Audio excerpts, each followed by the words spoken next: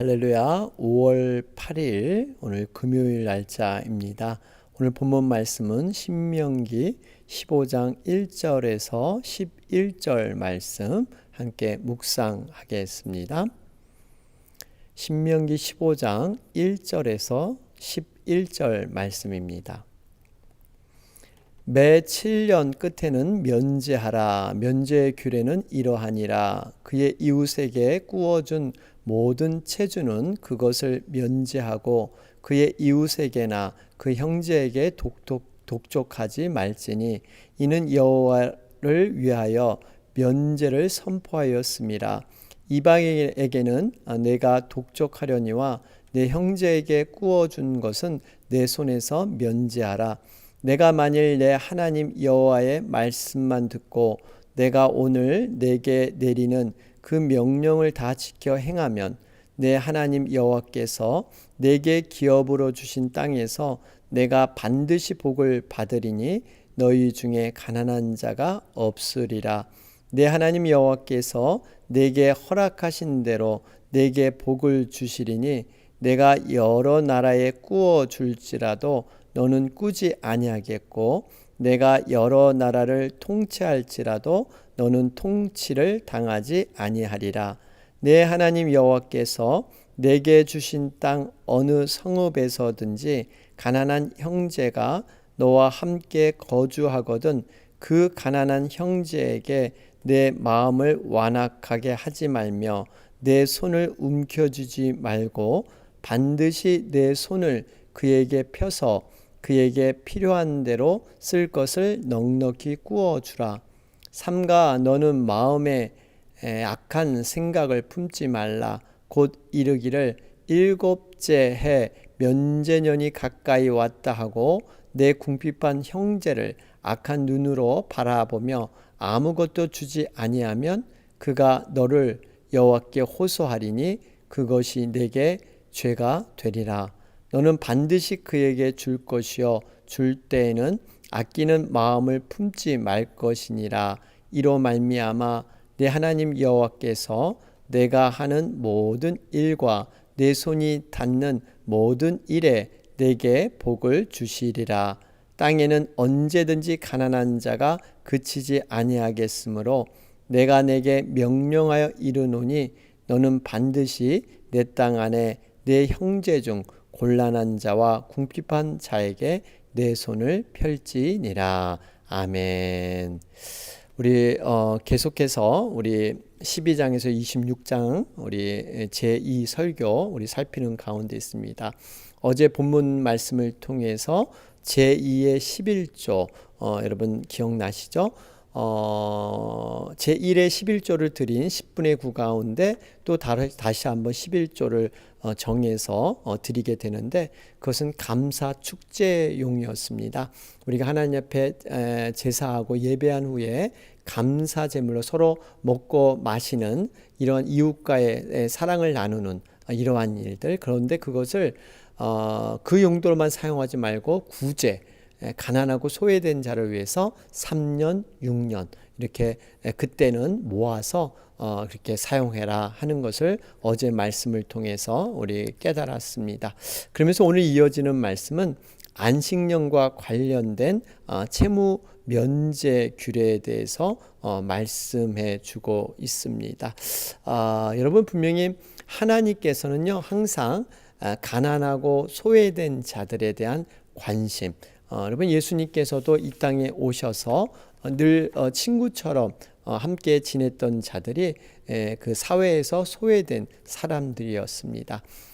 특별히 이 안식년을 중심으로 해서 이제 그 가난한 자들, 소외된 자들에게 배려를 해야 된다 하는 말씀을 주고 있습니다.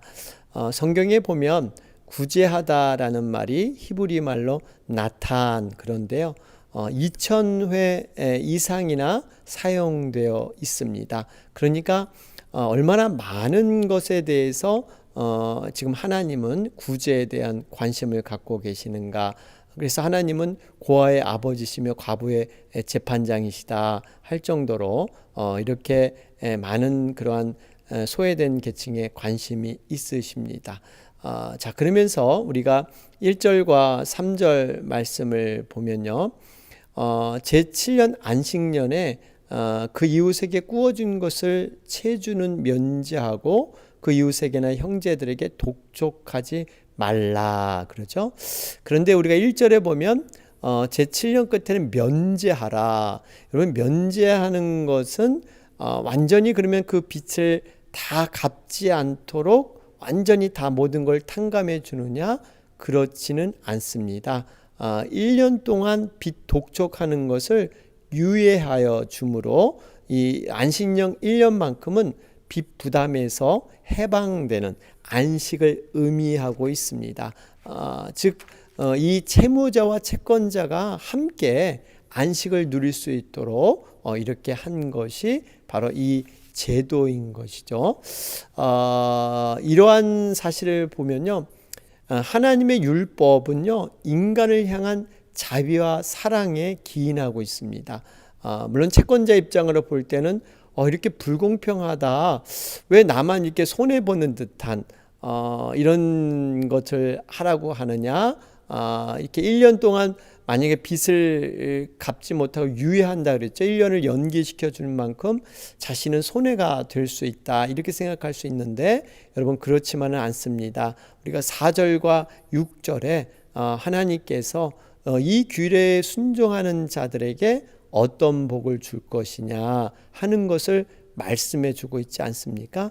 여러분, 우리가 분명히 하나님께서는 우리가 어떤 손을 베풀고 어떤 마음으로 이런 일을 행하고 말씀을 실천하느냐, 이미 하나님은 다 보고 계실 줄로 믿습니다. 그러면서 반드시 이렇게 말씀에 순종하는 자에게 4절과 6절의 말씀처럼 여기 얼마나 귀한 말씀의 복이 있습니까?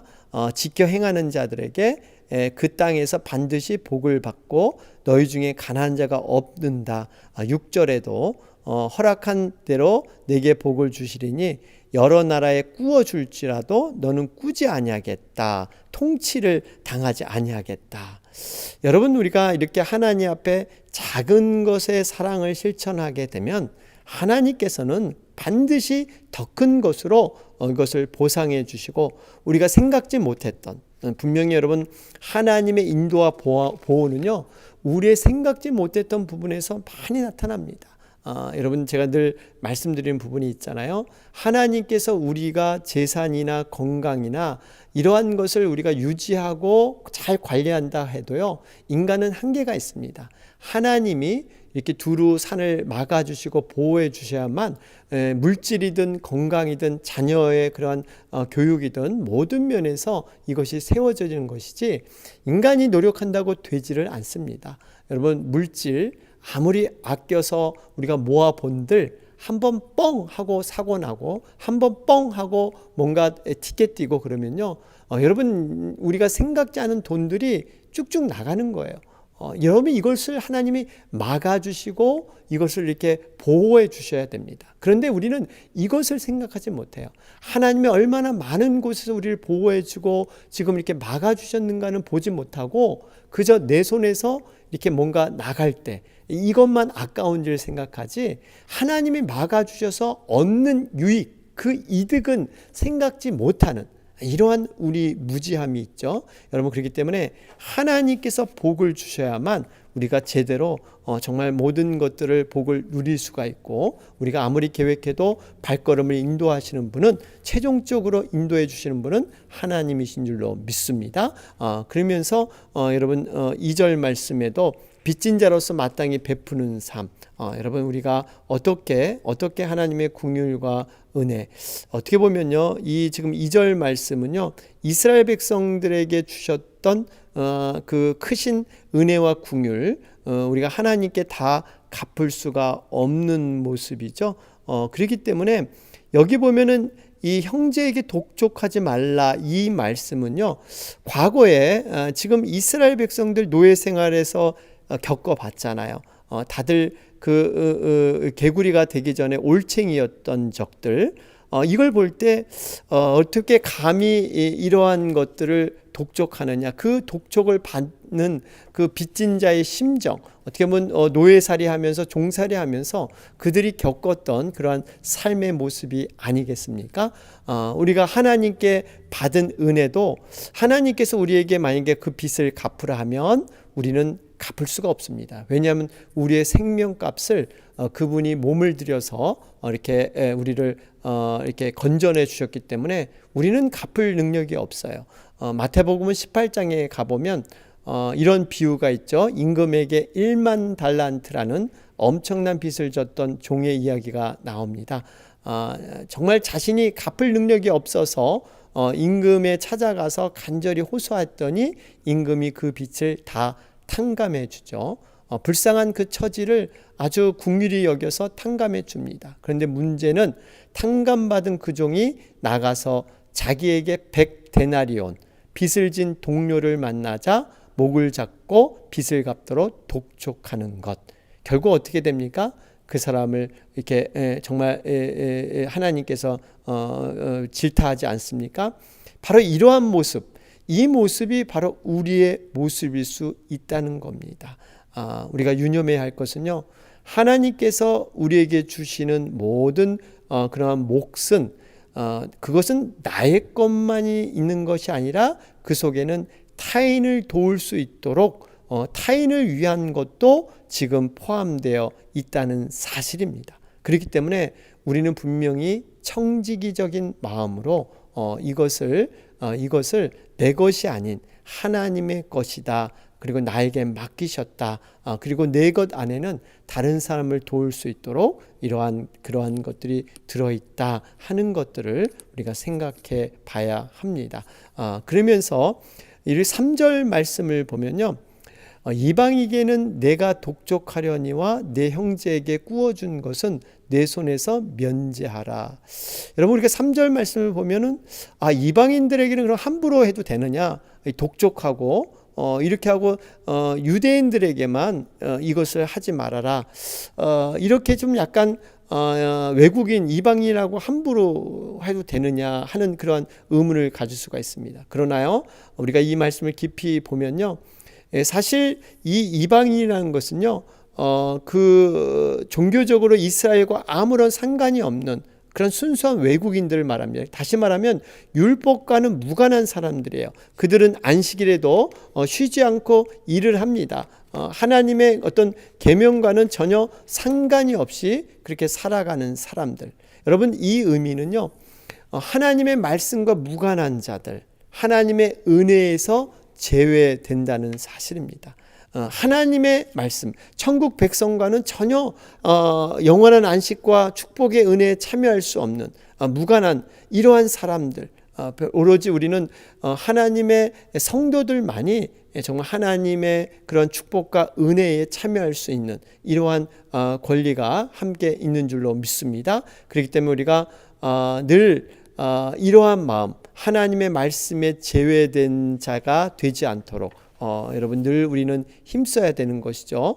우리가 성도라는 이름을 갖고 있다고 해서 무조건 하나님의 은혜에 참여할 수 있느냐? 또 그렇지는 않습니다. 하나님의 말씀을 따라 사는 사람들, 여러분, 하나님의 말씀을 따라 살아갈 때 하나님이 주시는 은혜의 분깃, 그 능력을 체험할 수 있는 것이지, 그저 교회에 나가는 멤버라고 해서 여러분 다 이러한 것들을 누리고 체험할 수 있느냐? 아닙니다. 분명히 말씀을 따라 살지 않게 되면 하나님께서 주시는 그 백성에게 주시는 놀라우신 특별한 은혜들을 말씀을 따라갈 때 체험되는 것이지 거저 주어지는 것은 아니다는 겁니다. 우리가 그렇기 때문에 말씀 안에, 은혜 안에서 우리가 세워져야 될 줄로 믿습니다. 그러면서 우리가 4절 6절에 설명했듯이 여러분, 이렇게 하나님 말씀을 쫓는 삶이요, 결국에는 이렇게 확산이 돼서 사회나 국가에 정말 번영과 안정적인 그러한 복으로 누려진다는 것입니다. 여러분, 개개인이 경건하게 살고 말씀 가운데 살 때 그 사회가 밝아지는 것이고 그 국가가 튼튼해지는 겁니다. 여러분, 미국의 우리 요즘 안타까운 모습이지만 왜 이렇게 코로나 사태로 미국이 힘들어할까? 우리가 신앙적으로 좀 돌아볼 필요가 있죠. 청교도의 신앙을 저버리고 기도가 없어지고 하나님의 말씀이 멀어지고 교회가 점점 줄어드는 미국, 동성애가 더욱더 판무하고 인본주의라는 미명하에서 인권이라는 그러한 이름 아래서 이렇게 사람들의 생각, 하나님의 뜻보다는 사람들의 생각이 앞서는 것. 여러분, 이런 것을 통해서 지금 어떻게 보면 지금 미국이 겪는 어려움, 여러분 분명히 이것은 우리가 신앙적인 눈으로, 영적인 눈으로 바라볼 때 관련이 되어 있습니다. 종교적 도덕적인 타락이 이제 오기 시작했을 때 하나님께서는 이것을 돌리기 위해서, 우리를 깨우치기 위해서 하나님의 심판을 바로 자연재해를 통해서 일으킬 수 있다는 겁니다. 여러분, 역사의 주권자는 하나님이세요. 분명히 하나님께서 우리에게 머리털 하나라도 정말 이 움직이는 것, 모든 자연의 섭리, 머리털 하나도 떨어지는 것까지도 몇 카락이 있는 것까지도 다 세시는데, 여러분, 이런 모든 것들 하나님의 완벽한 계획 안에서 우리는 바라보면서 이 현실을 정말 하나님의 말씀 안에서 우리는 찾아야 될 줄로 믿습니다. 이런 가운데 여러분, 6절 말씀을 보면 이 말씀에 순종하는 자 결국 복을 줄 것이다, 더 세부적으로 말씀하고 있죠. 여러분, 하나님은 말씀에 순종하는 자를 당연히 이렇게 높여주시죠. 누구든지 원하는 자들은 임의로 높일 수 있고 낮출 수도 있는, 이것이 하나님의 권한입니다. 그 바벨론 왕 느부갓네살, 이방인의 왕이었는데요. 그가 다니엘 4장 32절에 이렇게 고백을 했습니다. 지극히 높으신 자가 인간 나라를 다스리시며 자기의 뜻대로 그것을 누구에게든지 주십니다. 여러분, 여기 보면요, 이 이방인의 왕이지만 정말 이 하나님이 어떤 분인가를 그는 알았다는 겁니다. 우리가 정말 하나님께서 우리를 높여주시고 우리를 낮춰주시는 것, 모든 권한이 하나님 손안에 있는 줄로 믿습니다. 이런 가운데 7절과 8절 말씀을 보면 정말 성도는 자기에게 도움을 요청하는 자의 그러한 데에서 어떻게 우리는 생각할 것인가, 어떤 태도를 지녀야 될 것인가 하는 것을 말씀하고 있죠. 8절에 특별히 반드시 내 손을 그에게 펴서 그에게 필요한 대로 쓸 것을 넉넉히 구워주라.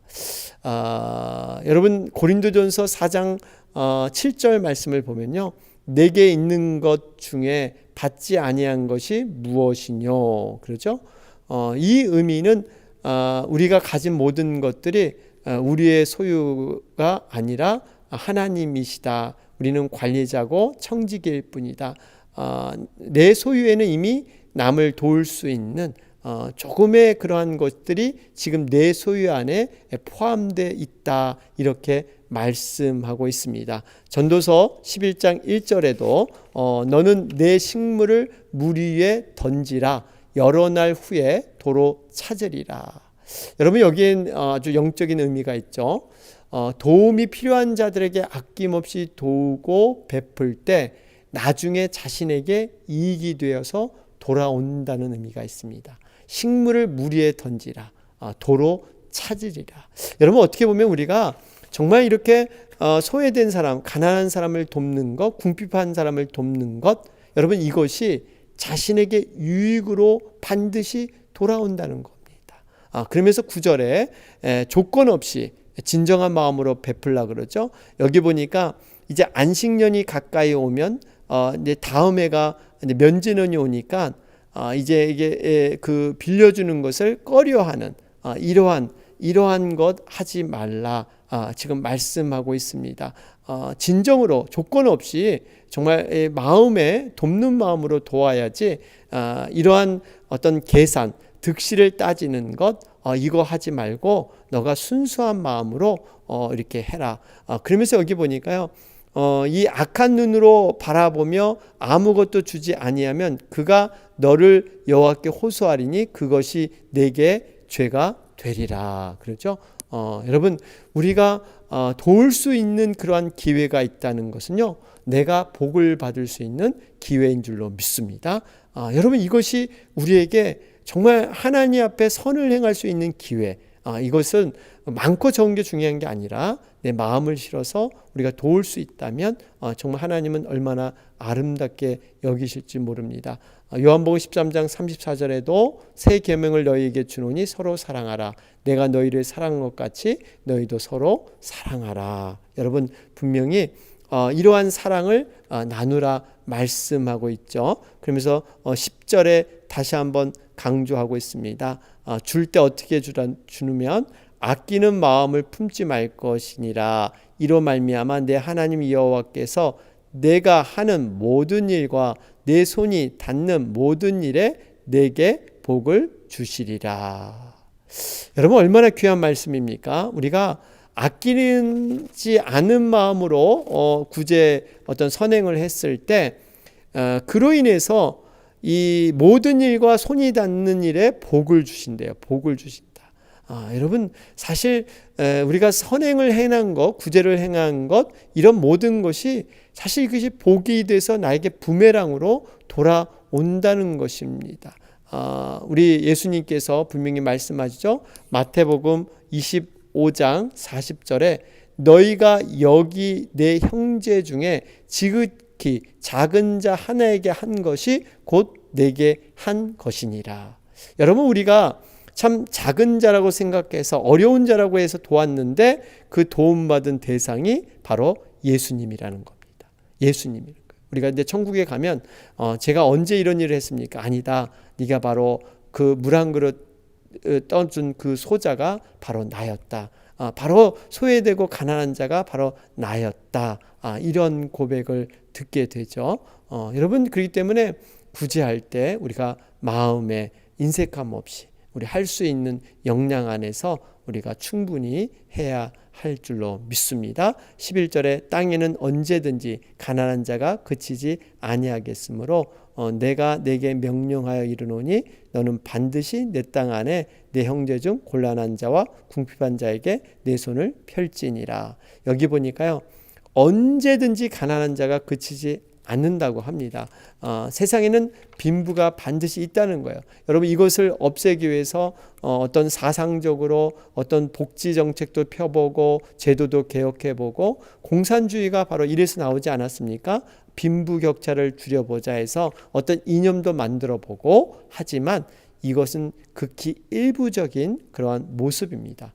어차피 빈부의 차이는 이 세상에서 해결될 수 없는 문제예요. 물론 폭이 좁혀질 수는 있지만 전혀 빈부의 격차가 없는, 여러분, 이 세상은 그래서 불공평한 불완전한 세상입니다.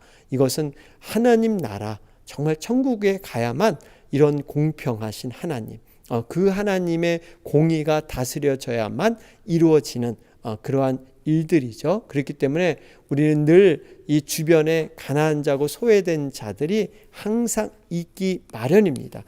그분들을 우리는 어떻게 도울 것인가? 여러분, 이것을 우리가 묵상하면서 오늘 말씀의 제목이 움켜쥐지 않고 편선의 하늘의 복이 당깁니다. 정말 우리가 가까운 주변, 저도 이 말씀을 준비하면서 많은 도전을 받았습니다.